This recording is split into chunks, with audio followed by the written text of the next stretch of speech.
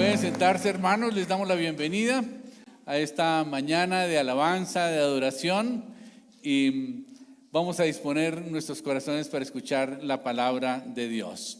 Y vamos a hablar hoy sobre la Pascua. La Pascua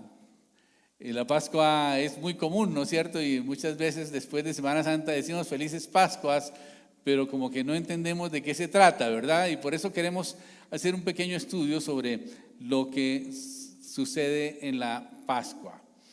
Y para esto quiero que vayamos a nuestras Biblias. En el libro de Lucas, en el capítulo 22, versículo 7 en adelante, dice: llegó el día de los panes sin levadura, en el cual era necesario sacrificar el cordero de la Pascua. Estamos hablando de un momento especial en que Jesús estaba reunido con los discípulos y se estaba aproximando el tiempo de la Pascua, llegando el día de los panes sin levadura, que era una de las fiestas que celebraban también los judíos y que celebran aún los judíos, el famoso Pesaj o el Seder Pesaj, que se llama, que significa pasar por alto, ¿no? El Seder, el Pesaj es, recuerden ustedes, cuando el Señor liberó su pueblo de la esclavitud de Egipto, el Señor les dio una orden y les dijo que debían sacrificar un cordero y debían, con la sangre del cordero, pintar los dinteles y los postes de sus puertas, y el ángel de la muerte pasaría por allí, pero no tocaría a ninguno de los primogénitos de los hijos de los hebreos, pero cobraría la vida de los primogénitos de los egipcios, tanto de sus ganados como de sus familias. De tal manera que esta fue la última de las plagas de Egipto que el Señor mandó, y fue con la única que finalmente se logró doblegar el corazón del faraón y permitió que el pueblo pudiera salir de la esclavitud.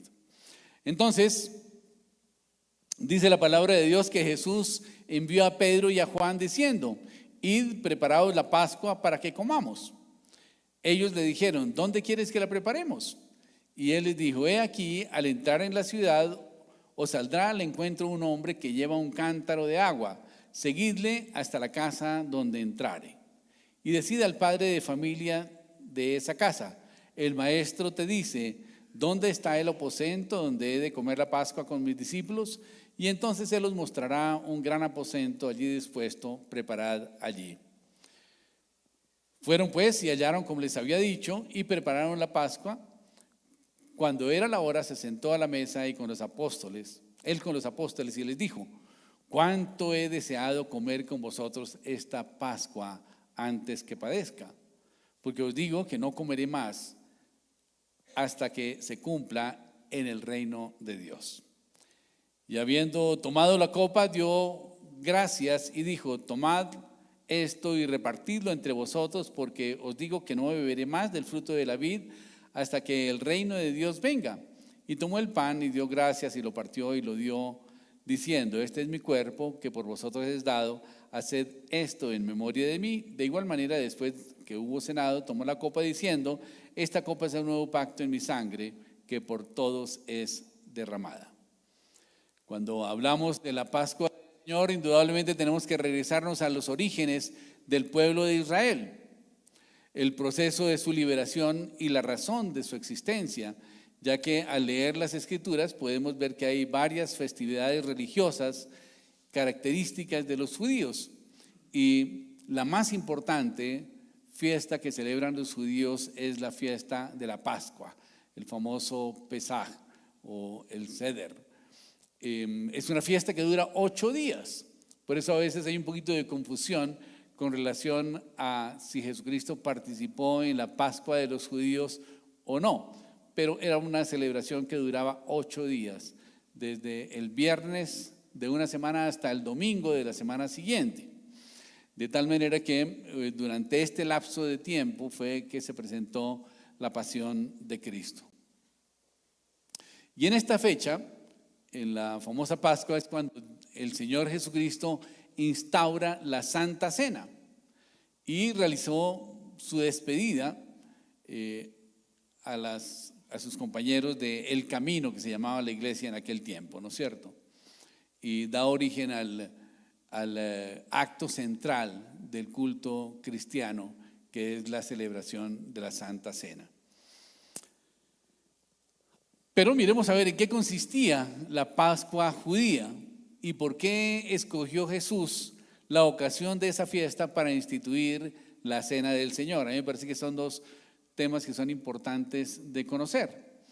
Y estas preguntas indudablemente nos llevan al estudio del origen de la Pascua, tal como ellos la practicaron, y vemos por qué Jesús finalmente es nuestra Pascua.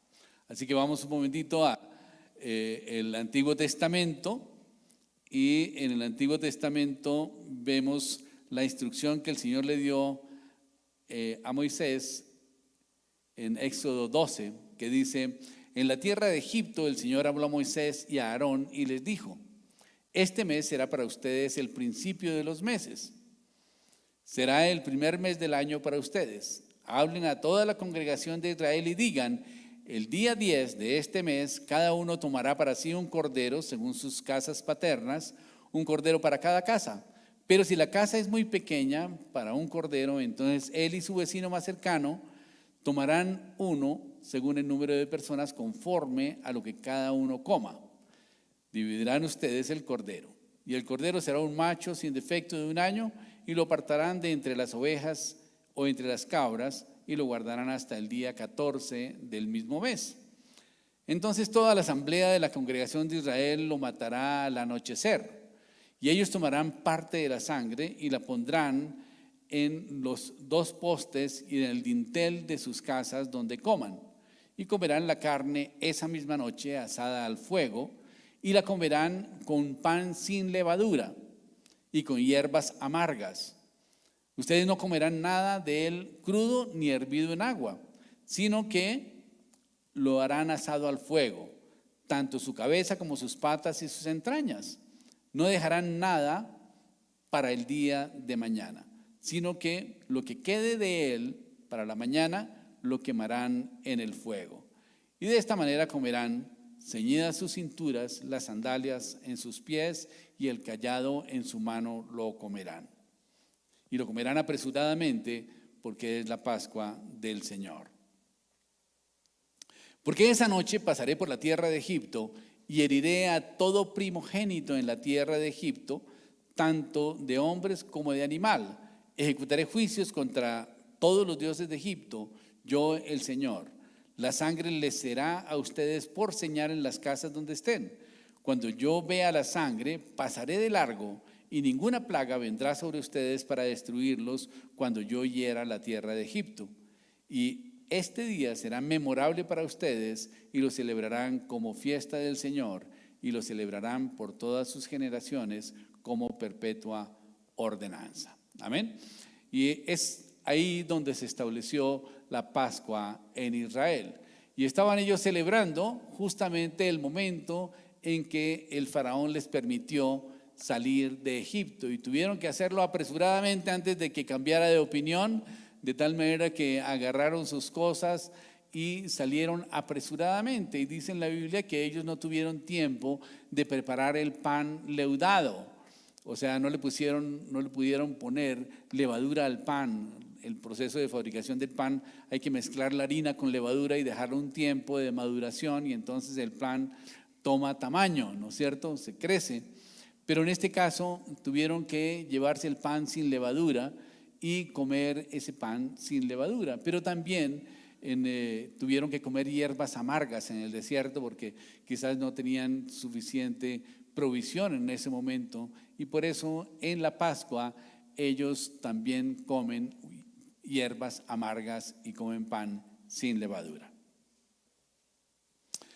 En el Antiguo Testamento la Pascua es en esencia una celebración que mira hacia el pasado y que marca la independencia del pueblo de Israel y el nacimiento de una nación.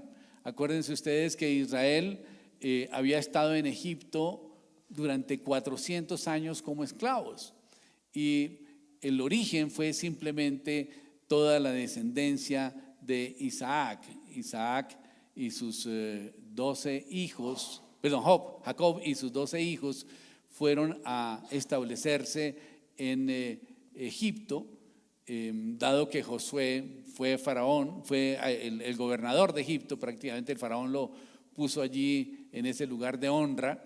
Y como hubo una hambruna en Canaán, que era la tierra de los egipcios, de los judíos, perdóname, entonces ellos los invitaron para que llegaran a un sitio en la vertiente del río Nilo y les dio unas tierras que eran muy fértiles y allí se pudo establecer la familia de Jacob, que posteriormente, acuérdense ustedes, se llamó Israel.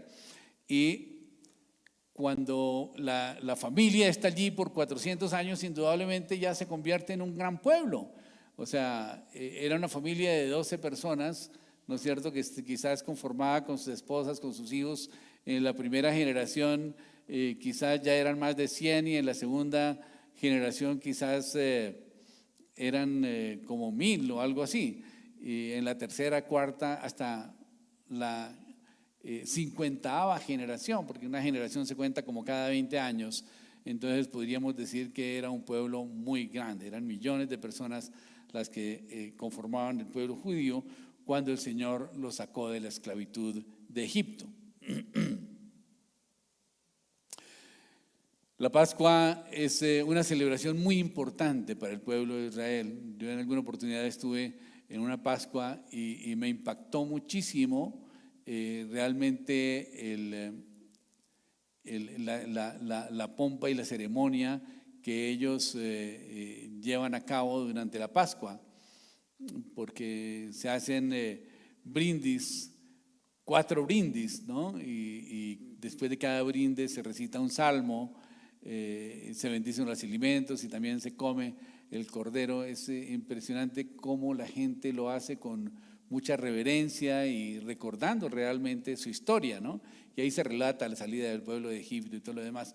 Pero algo que me causó mucha curiosidad es que el pan sin levadura que se usa en la Pascua es un pan que está perforado 5 veces, ¿no? Y haciendo reminiscencias, Jesucristo fue perforado en 5 partes en su cuerpo, ¿no? En sus 2 manos, sus 2 pies y en el costado. Y yo cuando participé en esa Pascua dije qué similitud y qué forma tan profética que están ellos hablando de la crucifixión de Cristo. Y aparte de eso, uno debe tomar un poquito con el dedo vino y salpicar el pan antes de comérselo, ¿no? Simbolizando que Jesús en su cuerpo también estaba su sangre, ¿no?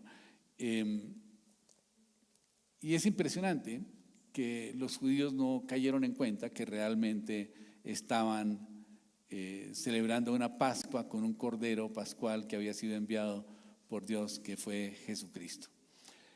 Jesucristo finalmente no alcanzó a participar en la fiesta de la Pascua porque él mismo fue el cordero pascual.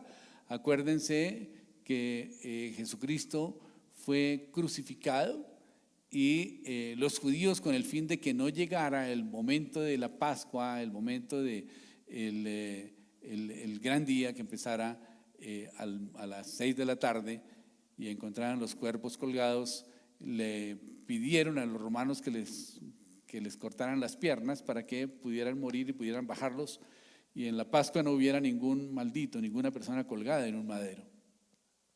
Pero cuando fueron a cortarlos, a partir las piernas a Jesús, él ya había expirado, ya había muerto, ¿no? Y esto es cumplimiento también de la promesa de que él era el Cordero Pascual, porque dice que el Cordero Pascual no se le debe partir ningún hueso y debe sacrificarse entero y debe hacerse entero el Cordero, ¿no es cierto? Entonces veo mucha similitud y muchas diosidencias, ¿no es cierto?, en el sacrificio de Jesucristo en la cruz del Calvario como el Cordero Pascual y el ritual que siguen los judíos. Además, Jesús había anunciado antes y había dicho en Juan 6:53, dice: en verdad os digo que si no comes la carne del Hijo del Hombre y no bebes su sangre, no tendréis vida en vosotros. El que come mi carne y bebe mi sangre tiene vida eterna, y yo le resucitaré en el último día, porque mi carne es verdadera comida y mi sangre es verdadera bebida. El que come mi carne y bebe mi sangre permanece en mí y yo en él.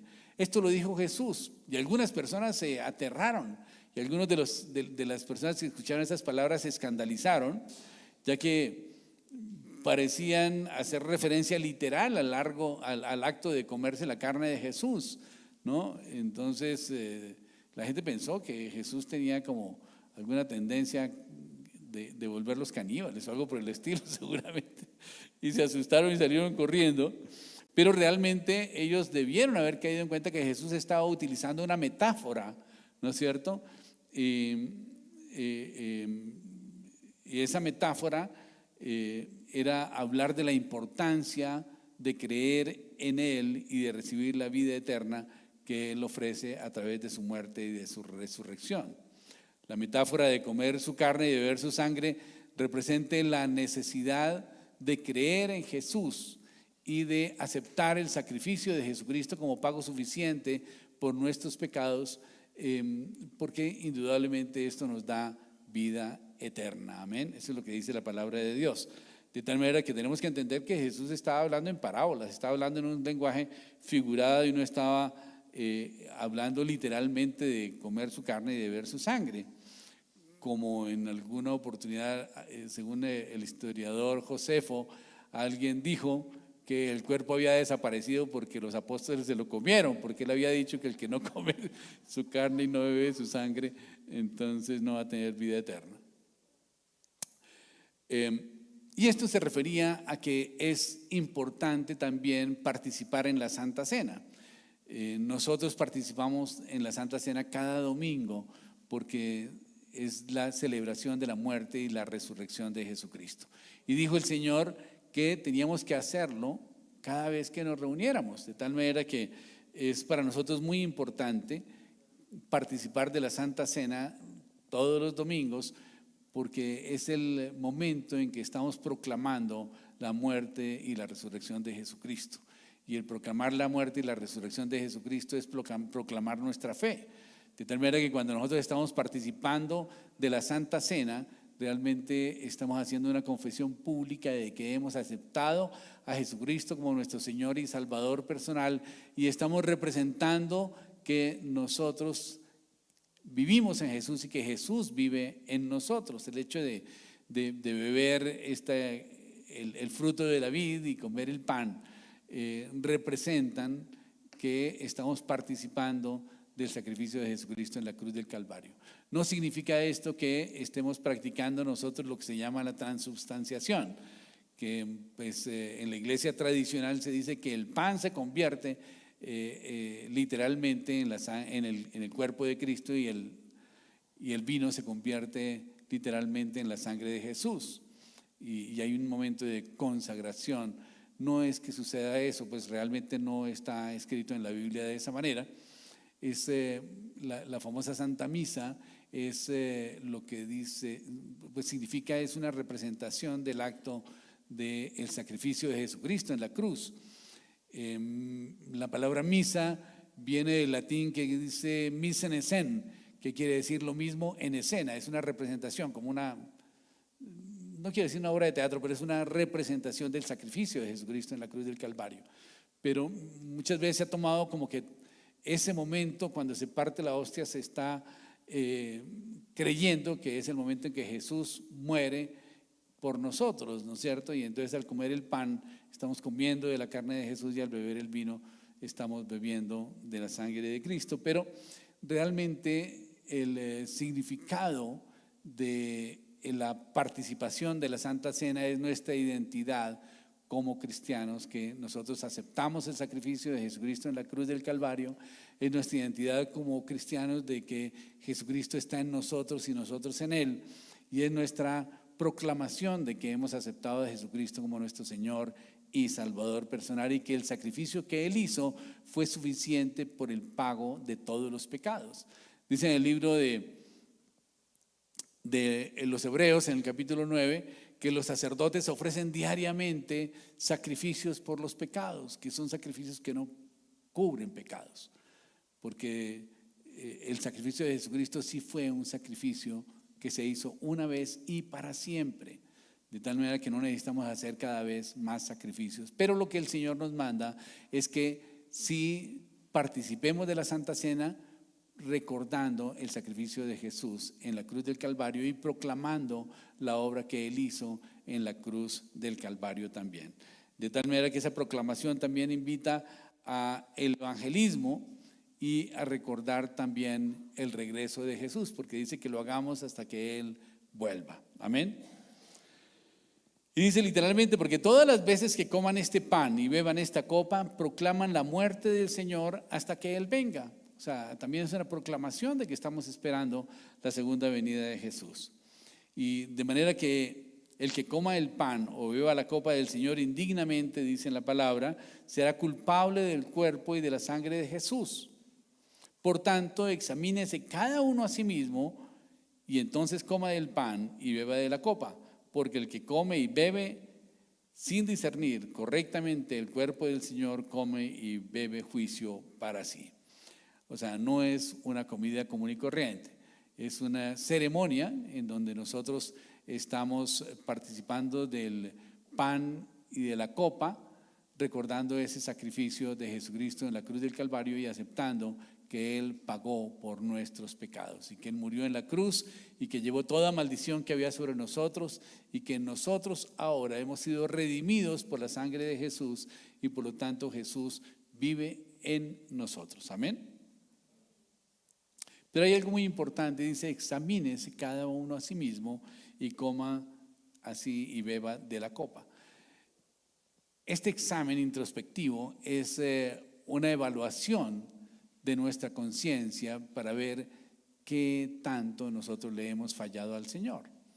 Y a pesar de que en el libro de los Hebreos dice que ese sacrificio nos hizo perfecto a todos, quiere decir que el Señor imprimió en nuestro espíritu su palabra y que el Espíritu Santo de Dios que está en nosotros nos redarguye de pecado, de justicia y de juicio.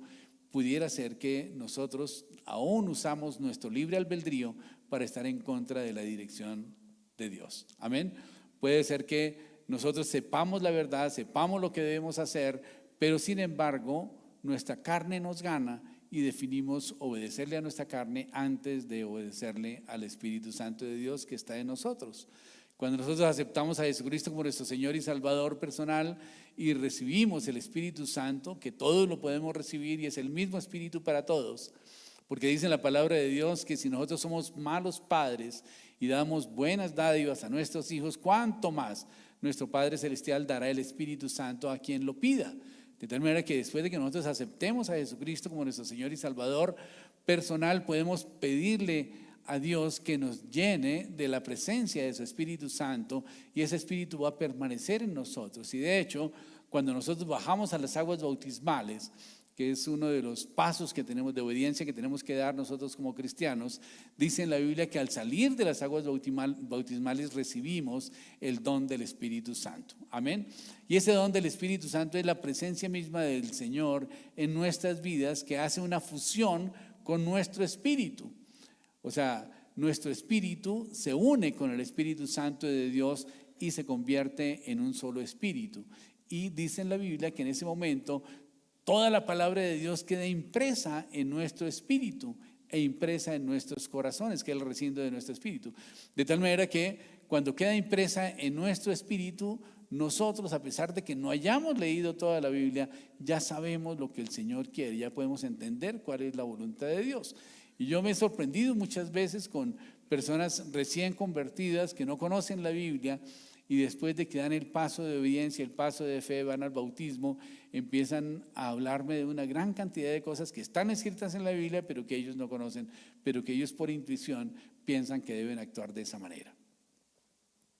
De tal manera que este examen personal es muy importante hacerlo para participar en la Santa Cena y ponernos a cuentas con el Señor. Dice en la palabra de Dios que si alguno hubiere pecado, abogado tenemos en el cielo a Jesucristo que intercede por nosotros. Amén.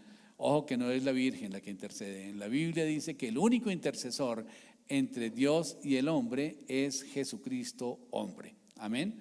De tal manera que es importante que tengamos claro ese concepto, porque nos han enseñado que María es la gran intercesora. Y resulta que hay una interpretación ahí un poco equivocada con relación a esto. Y se están basando en las bodas de Canaán, justamente en un matrimonio establecido por Dios. Dios estableció la institución del matrimonio como una forma para poder desarrollar una sociedad sana, justa y próspera y feliz.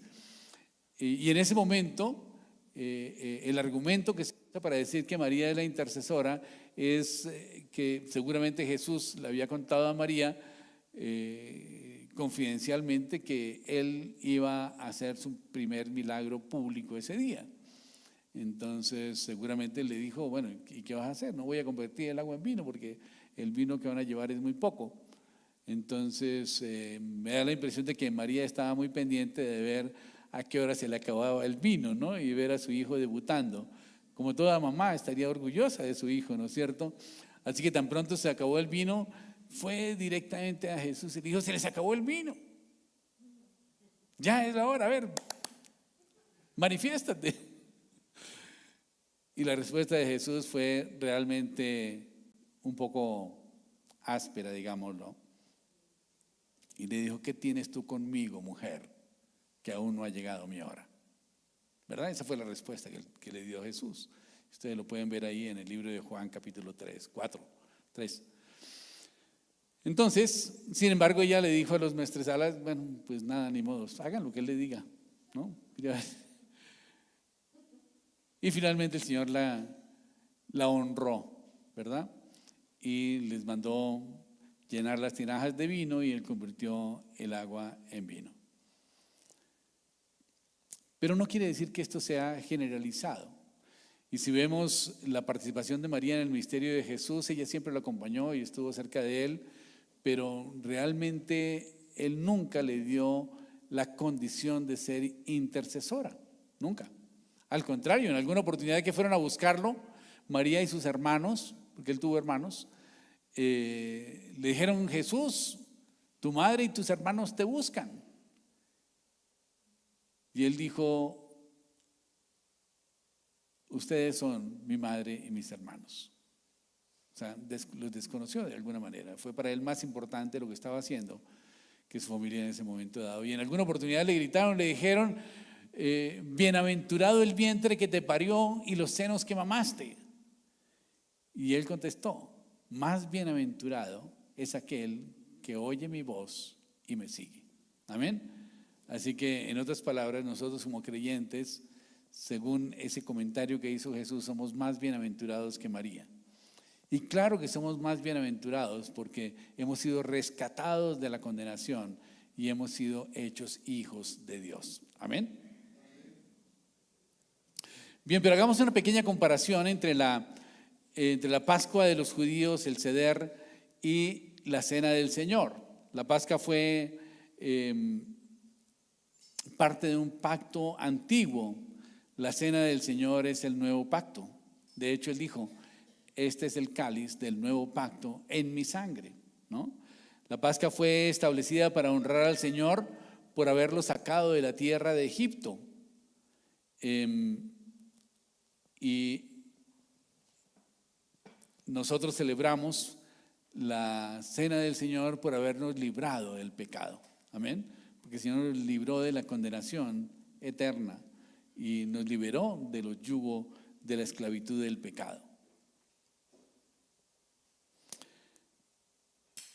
Jehová dijo a Moisés y Aarón, esta es la ordenanza de la Pascua según, ningún extraño comerá de ella. O sea, en los judíos, ninguna persona que no sea judía puede participar de la Pascua.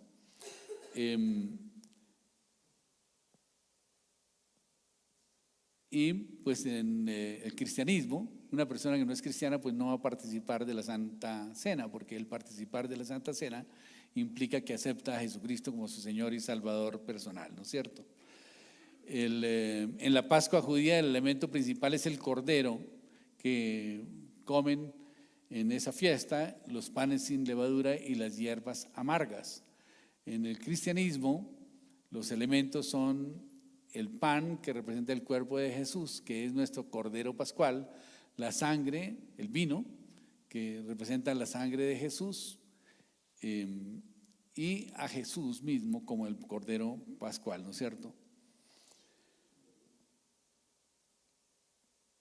La Pascua en el Antiguo Testamento viene de la palabra pesaj, que significa pasar por alto o pasar por encima, ¿no? Entonces dice la Biblia que el ángel pasaba por alto aquellas casas en donde estuvieran los dinteles pintados con sangre. Y también cuando nosotros participamos de la Santa Cena, de alguna manera estamos representando que la sangre de Jesús nos cubre y nos limpia de pecado y también nos protege de las acechanzas del enemigo.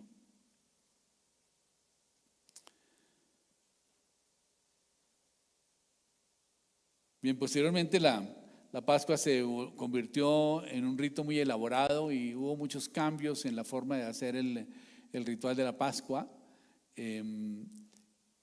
pero finalmente quedó en que el sacerdote para la Pascua simplemente rociaba sangre en el lugar santísimo, ¿no? Y en sus casas la gente hacía la ceremonia. Pero también comían hierbas amargas, y esas hierbas amargas pues eran pues las hierbas que podían conseguir en el camino cuando estaban huyendo de Egipto y que tenían que comer porque no tenían alguna provisión suficiente, y eso les recuerda también su vida de Egipto. Y por eso ellos durante 8 días, normalmente la costumbre de los judíos es que ellos hacen unas cabañitas fuera de su casa o se van a vivir a la finca y hacen como un campamento y viven en unas chozas improvisadas, ¿no? Durante una semana para recordar los trabajos que ellos pasaron cuando huyeron de Egipto. Y durante esos 8 días comen pan sin levadura y comen este cordero pascual con hierbas amargas. En semejanza con la celebración de la Santa Cena, las hierbas amargas podría ser ese análisis introspectivo que tenemos que hacer nosotros cuando el Señor nos dice: pruébese cada uno a sí mismo, ¿no? Y beba el pan coma el pan y beba de la copa. O sea, ese reconocimiento de los pecados que nosotros hemos cometido, esa decisión de tratar de vivir en santidad, ¿no? Y esa rededicación de nuestra vida al Señor deben ser como el resultado de esa reflexión interior que nosotros estamos haciendo cada vez antes de que participamos de la Santa Cena, y también la disposición de que el Señor Jesucristo esté en nosotros y nosotros estemos también en Él. La víctima pascual pues siempre era una oveja, un cordero o un buey, y en nuestro caso siempre sigue siendo Jesús, que Él fue el cordero pascual, ¿no es cierto? En el Nuevo Testamento la Pascua fue celebrada, consumada y redefinida por nuestro Señor Jesucristo.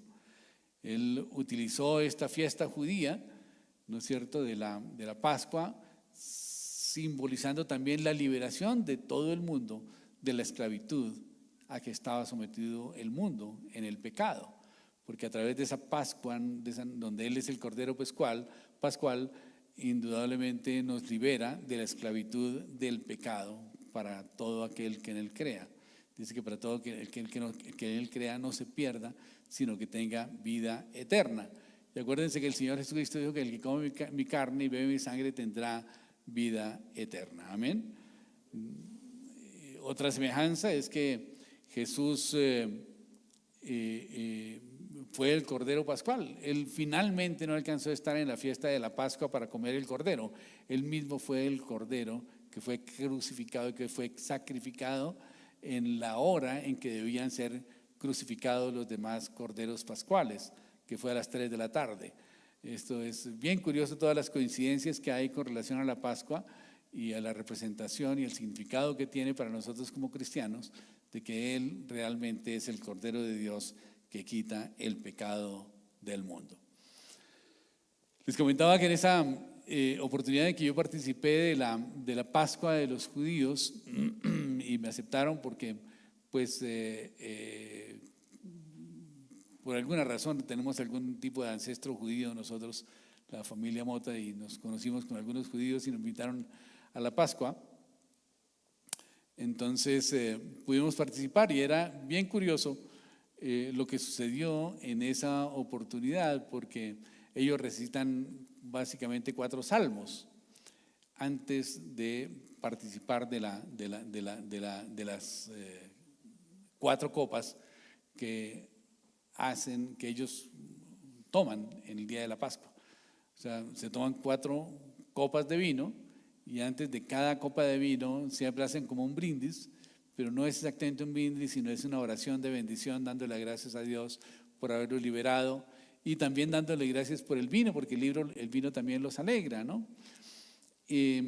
Pero lo que hacen es recitar unos salmos y realmente me impactó muchísimo los salmos que leyeron en aquella oportunidad y los que normalmente leen, porque son salmos proféticos y son salmos mesiánicos, ¿no? En estos salmos, que son el Salmo 113, el 114, el 117 y el 118, habla de la pasión y muerte de Jesucristo, igualmente el Salmo 22. Y es impresionante cómo en esa Pascua se está proclamando aún en este tiempo que cosas que sucedieron hace 2000 años, ¿no? Por ejemplo, una de las declaraciones que están, voy a leer el Salmo 22. Salmo 22 dice: Dios mío, ¿por qué me has desamparado? Fue la última palabra que dijo Jesús en la cruz del Calvario, ¿no? Eloí, Eloí, lama sabactani, ¿por qué está tan lejos de mi salvación y de las palabras de mi clamor? Dios mío, clamo de día y no respondes, y de noche y no hay para mí reposo, pero tú eres santo, tú que habitas entre las alabanzas de Israel. En ti esperaron nuestros padres, esperaron y tú los libraste. Clamaron a ti y fueron librados, confiaron en ti y no fueron avergonzados. Mas yo soy gusano y no hombre, oprobio de los hombres y despreciado del pueblo. Así estaba Jesús en la cruz del Calvario. Y sigue diciendo: todos los que me ven me escarnecen, estiran la boca y menean la cabeza diciendo: se encomendó a Jehová, líbrele él, sálvele, puesto que en él se complacía. Y sigue diciendo: me han rodeado muchos toros, fuertes toros de Basán me han cercado. Abrieron sobre mí su boca como león rapaz y rugiente, he sido derramado como aguas. Y todos mis huesos se descoyuntaron. Ok, dice se descoyuntaron, no dice se partieron. Mi corazón fue como cera derritiéndose en medio de mis entrañas. Como un tiesto se secó mi vigor y mi lengua se pegó a mi paladar. Me has puesto en el polvo de la muerte, porque perros me han rodeado. Me ha cercado cuadrilla de malignos. Horadaron mis manos y mis pies. Contar puedo todos mis huesos, entre tanto ellos me miran y me observan. Repartieron entre sí mis vestidos y sobre mi ropa echaron suertes. Impresionante, ¿no? Es una descripción clara del sacrificio de Jesús en la cruz del Calvario. Contamos que los panes sin levadura tenían 5 perforaciones también, ¿no? Haciendo también remembranza seguramente a esta declaración que el Señor hizo de que horadaron mis pies y mis manos, pero también mi costado. Dice: se acordarán y se volverán a Jehová todos los confines de la tierra. Ya estamos hablando aquí en una forma profética. Y todas las familias de las naciones adorarán delante de ti, porque de Jehová es el reino y él regirá las naciones. Comerán y adorarán todos los poderosos de la tierra, se postrarán delante de él todos los que descienden al polvo, aun el que no puede conservar la vida a su propia alma. La posteridad le servirá, y esto será contado de Jehová hasta la postrera generación. Vendrán y anunciarán su justicia, y al pueblo no nacido aún anunciarán que él hizo esto. Y así termina el Salmo 22. Impresionante, ¿verdad? En la segunda copa también cantan el Jalel, que es el aleluya, ¿no? Y es también el Salmo hacen unos apartes del Salmo 115 al 118. Y, por ejemplo, dentro de los apartes está Salmo 116, 15, que dice: estimada es a los ojos de Jehová la muerte de sus santos. Alabad a Jehová, naciones todos, pueblos todos, alabadle, porque ha engrandecido sobre nosotros su misericordia, y su fidelidad de Jehová es para siempre. Aleluya. Te alabaré porque me has oído y me fuiste por salvación. Jesucristo con su sacrificio nos fue por salvación. Y sigue diciendo: la piedra que desecharon los edificadores ha sido cabeza de ángulo. O sea, Jesús, que fue la piedra despreciada por los judíos, los religiosos, vino a ser la base fundamental de la iglesia. Dice: de parte de Jehová es esto, y es cosa maravillosa ante nuestros ojos. Este es el día que hizo Jehová, nos gozaremos y nos alegraremos en él. Oh Jehová, sálvanos ahora, te ruego, oh Jehová, que nos hagas prosperar ahora. Bendito el que viene en el nombre de Jehová. Desde la casa de Jehová os bendecimos. Entonces vemos que todos estos salmos que ellos usan en el tiempo de la Pascua realmente están hablando del sacrificio de Jesucristo en la cruz del Calvario. Y realmente, finalmente, Jesús no participó de la Pascua. Él hizo una cena, hizo la Santa Cena, la famosa última cena con los judíos, pero realmente no era todavía el día de la Pascua. Parece que fue el día previo a la Pascua, porque según Lucas 22:7 dice que llegó el día de los panes sin levaduras, en el cual era necesario sacrificar el cordero de la Pascua, y Jesús envió a Pedro y a Juan. Eso fue el día anterior, ¿no es cierto? Era la víspera de la Pascua. En Juan 18:28 dice: llevaron a Jesús a la casa de Caifás al pretorio. Era de mañana y ellos no entraron en el pretorio para no contaminarse y así poder comer la Pascua. O sea, un judío no podía entrar y tener contacto con un condenado porque estaría manchado. Un condenado se supone que es inmundo y no podría estar participando de la Pascua porque él estaría inmundo por 7 días, según lo que dice en el libro de Levíticos.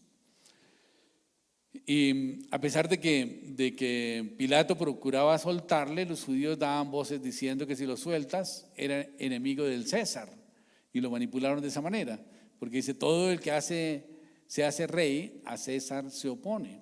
Y entonces Pilato, oyendo esto, lo llevó fuera a Jesús y se sentó en el tribunal, en el lugar llamado el Enlosado. Era la preparación de la Pascua y era como la hora sexta. La hora sexta son las 12 del día. Entonces dijo a los judíos: he aquí vuestro rey. Pero ellos gritaron: fuera, crucifícale. Y Pilato les dijo: a vuestro rey he de crucificar. Y respondieron los principales sacerdotes: no tenemos más rey que el César. Así que entonces lo entregó a ellos para que fuese crucificado, y tomaron pues a Jesús y lo llevaron. En Juan 19:31 dice: entonces los judíos, por cuanto era la preparación de la Pascua, a fin de que los cuerpos no quedasen en la cruz en el día de reposo, rogaron a Pilato que les quebrase las piernas y fuesen quitados de allí. Todo lo anterior quiere decir que Jesús celebró una cena especial con sus discípulos previa al famoso Pesa, previa a la Pascua. Y así lo dice Juan 13:13. Dice: antes de la fiesta de la Pascua, sabiendo Jesús que la hora había llegado para que pasase de este mundo al Padre, como había amado a los suyos que estaban en el mundo, los amó hasta el fin, indicando que esta cena fue antes de la celebración de la Pascua. Y esto implica que Jesucristo no participó en la Pascua de los judíos, sino que Él se convirtió realmente en el Cordero Pascual para toda la humanidad. Él mismo fue crucificado y fue muerto en el momento en que se debían matar a los corderos, ¿no es cierto? Su cuerpo no se quebró, ningún hueso, y de alguna manera en el ritual judío hay una copa de la bendición, ¿no es cierto? Dijimos que había 4 copas y una de las copas es la copa de la bendición. Y en 1 Corintios 10:16 habla de la copa de la bendición. Dice: la copa de bendición que bendecimos no es la comunión de la sangre de Cristo. El pan que compartimos no es la comunión con el cuerpo de Cristo. O sea que en la celebración de la Pascua judía, de alguna manera están celebrando la copa de la bendición, que es la sangre de Jesús y el cuerpo de Cristo. De tal manera que en el Mateo 14:24 también dice, no era la tercera en orden dentro de la Pascua judía y la que Jesús también llamó la copa del nuevo pacto. O sea, cuando él habla de la copa del nuevo pacto, estaba refiriéndose a la copa de la bendición dentro del ritual del Pesaj o de la Pascua judía. Y curiosamente, en el rito judío se toman, como dije, 4 copas de vino, ¿no? Y 3 panes sin levadura. Antes de cada copa se lee el famoso salmo que ellos escogieron para esta ceremonia. Y realmente son proclamaciones de la obra redentora de Jesucristo. Y de hecho, en el versículo 26 del Salmo 118, que es el último que leen, dice, bendito el que viene en el nombre del Señor. De tal manera que se ha sugerido que Cristo era esa persona que era bendecida por los judíos porque venía en el nombre del Señor. Y de acuerdo con lo establecido por el apóstol Pablo, nuestra Pascua es Cristo, y conviene ahora hacer un paralelo entre el cordero que sacrificaba el día de la Pascua judía y Cristo, como el cordero de Dios que también fue sacrificado en el día de la Pascua. Y al hacer ese paralelo nos damos cuenta que realmente tiene mucho sentido reconocer que Jesucristo es el cordero pascual. Y cuando nosotros hacemos este reconocimiento, lo que estamos recordando es que la muerte de Jesucristo nos libra de la condenación eterna, nos libra de la maldición de la ley, nos libra de la ruina también, como lo vimos la semana pasada. Pero va a ser muy importante que cuando nosotros participemos de la Santa Cena, hagamos ese examen, ese autoexamen para ver que realmente nosotros estamos libres de pecado. Si nosotros cometemos pecado y lo vamos tolerando y lo dejamos ahí, pues indudablemente cada vez que cometemos un pecado, la semilla del pecado queda sembrada en nuestro corazón, que es nuestra tendencia pecaminosa. Cada vez que cometemos un pecado, cuando lo cometemos la primera vez quizás nos parece muy confrontante y nos parece muy duro, pero cuando no lo confesamos y no nos arrepentimos, sino que repetimos ese pecado, la segunda vez que lo hagamos ya va a ser más suave, y la tercera más sencillo, y la cuarta mucho más sencillo, hasta que finalmente vamos a ir apartándonos del Señor y vamos a llegar a la apostasía. De tal manera que el participar de la Santa Cena implica que tengamos un tiempo de reflexión para ver cómo está nuestra vida, cómo está nuestra comunión con Dios, cómo está nuestra relación con Dios, cómo están nuestras relaciones interpersonales. Porque dice también en la Biblia que si tenemos algo contra si nuestro hermano tiene algo contra nosotros, dice, deja tu ofrenda en el altar y ve y reconcíliate con tu hermano. Y asimismo, en la Santa Cena debemos tratar de reconciliarnos con las personas que tienen algún asunto contra nosotros. De tal manera que la Santa Cena es uno de los ritos más importantes del cristianismo, porque es el reconocimiento de que nosotros también hemos pecado y que Jesucristo entregó su vida por nosotros, pero que su sangre nos limpia de pecado y nos limpia de maldad. Dice en la palabra de Dios que si confesamos nuestros pecados, Él es fiel y justo para perdonarnos y limpiarnos de toda maldad. Amén. De tal manera que ese momento previo a la Santa Cena, donde nosotros estamos reflexionando sobre nuestra vida, estamos pidiéndole perdón a Dios por nuestros pecados, estamos haciendo cuentas con el Señor y estamos diciéndole, mire Señor, este otro pecado también, por favor, ponlo ahí, porque tú ya pagaste por él, ¿no? Implica que esa tendencia pecaminosa va desapareciendo de nuestra vida. Si confesareis vuestros pecados, Él es fiel y justo para perdonarnos y limpiarnos de toda maldad. ¿La maldad qué es? Es esa tendencia pecaminosa que nos queda después de haber cometido un pecado. ¿Por qué queda esa tendencia pecaminosa? Porque indudablemente cuando cometemos un pecado recibimos algún tipo de beneficio. Dice en la Biblia que el pecado trae en sí deleite. Entonces, pues tenemos esa gratificación que nuestra carne ha recibido, porque, por ejemplo, si dijimos una mentira, porque llegamos tarde al trabajo y no, es que mi abuelita está enferma, me tocó ir a llevarla al médico y no sé qué, bueno, está bien, no hay problema, sigue, hermano. Y él se siente, ¿cómo siguió su abuelita? No, está bien, gracias a Dios. ¿No? Pero le quedó la tendencia de decir, hombre, la próxima vez, no, es que mi abuelita sufre de la tensión, entonces tiene una excusa permanente ahí para cuando tenga que llegar o cuando llegue tarde al trabajo, decir, no, es que mi abuelita, ¿verdad? Pero cuando nosotros confesamos el pecado, dice en la Biblia que el Señor nos quita esa maldad, esa tendencia de estar repitiendo ese pecado. Amén. Y por eso es tan importante hacer esa confesión delante de Dios y reconocer nuestras faltas, porque al reconocerlas le estamos quitando fuerza al diablo para que siga controlando nuestras vidas. ¿Qué sucede si no lo hacemos? Que simplemente nos convertimos en practicantes del pecado. Y un practicante del pecado dice en la Biblia que ya no le pertenece a Dios. Amén. Dice, el que practica el pecado es del diablo. Amén. De tal manera que puede ser que nosotros caigamos en un pecado, pero no caigamos en ese pecado todos los días, por favor. Por lo menos. Sí, de tal manera que es muy importante la Santa Cena, porque es un espacio de reflexión. Es un espacio donde nosotros estamos reconociendo que realmente hemos fallado delante del Señor. Así pues que vamos a disponernos para participar de la Santa Cena, pero antes vamos a hacer el ejercicio de reflexionar sobre nuestras vidas, sobre nuestra vida de pecado, si hubiéramos cometido pecados. Amén. Y voy a guiarme para hacer esta oración en los 10 mandamientos que están en el libro de Deuteronomios, capítulo 5. Ustedes los habrán leído seguramente, ¿no es cierto?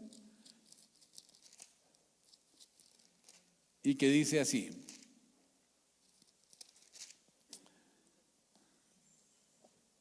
dice así la palabra de Dios, Deuteronomio capítulo 5.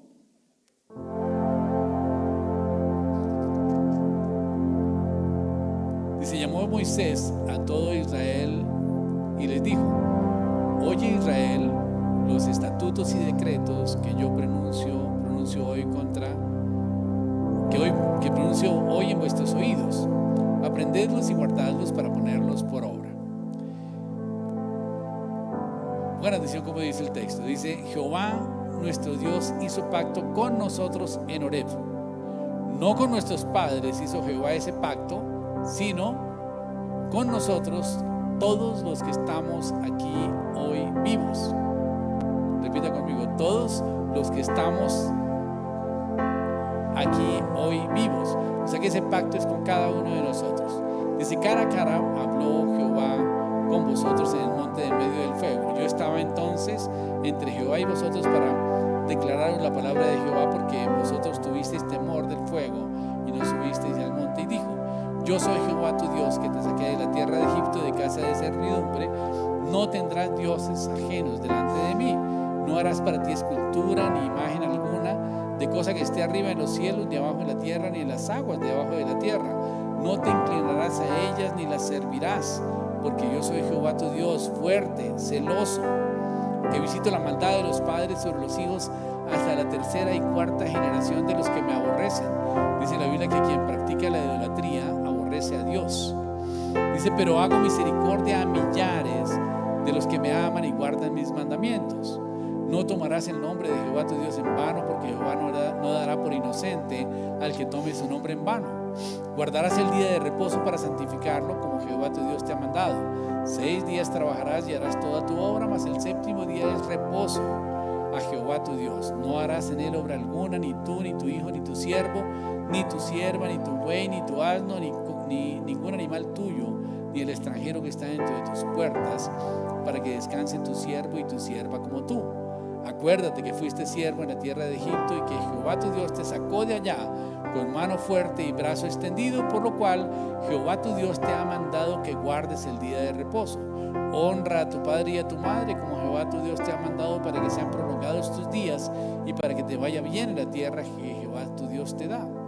no matarás, no cometerás adulterio, no hurtarás, no darás falso testimonio contra tu prójimo, no codiciarás la mujer de tu prójimo, ni desearás la casa de tu prójimo, ni su tierra, ni su siervo, ni su sierva, ni su buey, ni su asno, ni cosa alguna de su prójimo. Amén. Resulta que si nos ponemos a sumar los 10 mandamientos, nos da primero, digamos que es el que está en el versículo 7, que dice: no tendrás dioses ajenos delante de mí. Quiere decir que tenemos que amar a Dios con todo nuestro corazón, con toda nuestra alma, con todas nuestras fuerzas.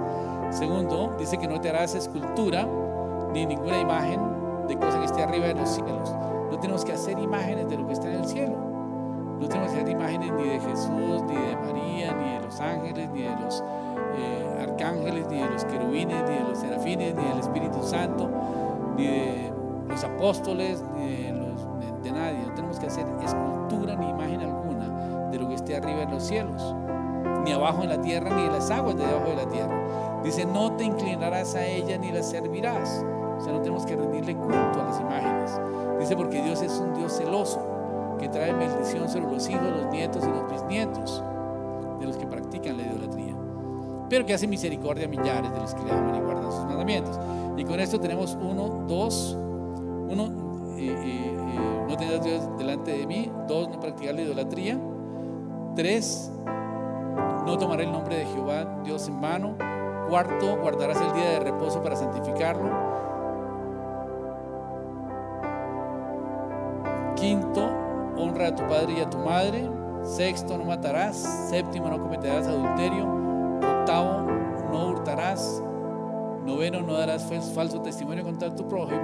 Y 10, no codiciarás la mujer de tu prójimo, ni desearás la casa de tu prójimo. Pero es curioso que nos enseñaron en la iglesia tradicional también 10 mandamientos, pero desconocieron uno y el último lo dividieron en 2. El segundo mandamiento, por ejemplo, que es no practicar idolatría, lo eliminaron, pero para que quedaran 10, cogieron el último versículo, que es un solo mandamiento, que es el versículo 21, que dice: no codiciarás la mujer de tu prójimo, ni desearás la casa de tu prójimo, ni su tierra, ni su siervo, ni su sierva, ni su buey, ni su asno, ni cosa alguna de su prójimo, que es no codiciar. Y no codiciar significa no tratar de conseguir las cosas por medios ilegales. Eso es codicia. Lo dividieron en 2, que es: no codiciarás la mujer de tu prójimo y no codiciarás los bienes ajenos. Entonces ahí completaron los 10 mandamientos, pero realmente los 10 mandamientos son como están en la Biblia. Amén. Así pues, que quiero invitarlos a que nos pongamos en pie y vamos a orar pidiéndole perdón a Dios por nuestros pecados, para que podamos participar así de la Santa Cena después de haber hecho este